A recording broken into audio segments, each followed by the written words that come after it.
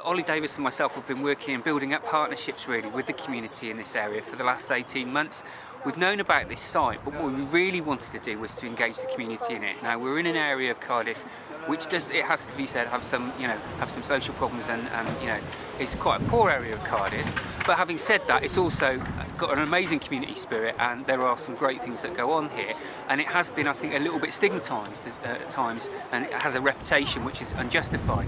And we spoke to the community's first people here who work closely with the communities and asked them what they, we said we've got this amazing archaeological site, this huge Iron Age hill fort right in the middle of all these social housing estates.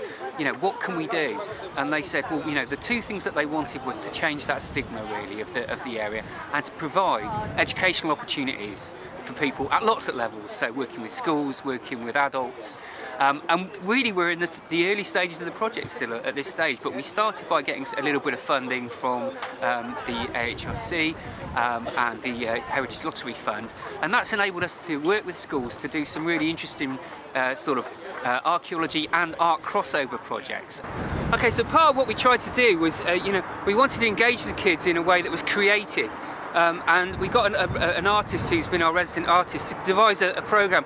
We took the kids out to the Iron Age village at St Fagans to get them to experience what it's like to live in an Iron Age village. And then we got them to design and think about what their tribal logo might be if they had a logo. We kind of brought the modern to the Iron Age. And to think about what was important to Iron Age people. And they all designed these small little logos in a workshop. And we brought those out to the hill, and they chose which ones they wanted to do to represent their school.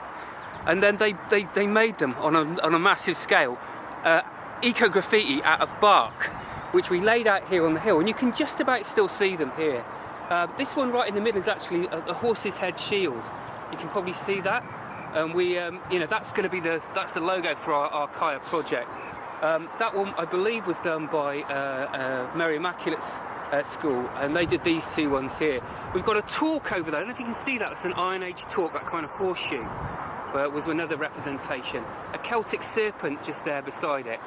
They're just about visible. That's a skull, because we talked about how Iron Age people used to put their heads on spikes. And over here, just can't see that one so well, but there's another Celtic kind of swirl there. So the kind of Celtic designs.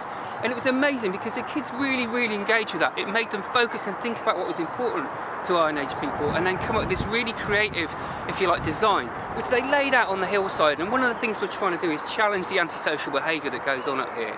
And we wanted to kind of get the kids to have ownership of the place and to put their mark on it and to value it.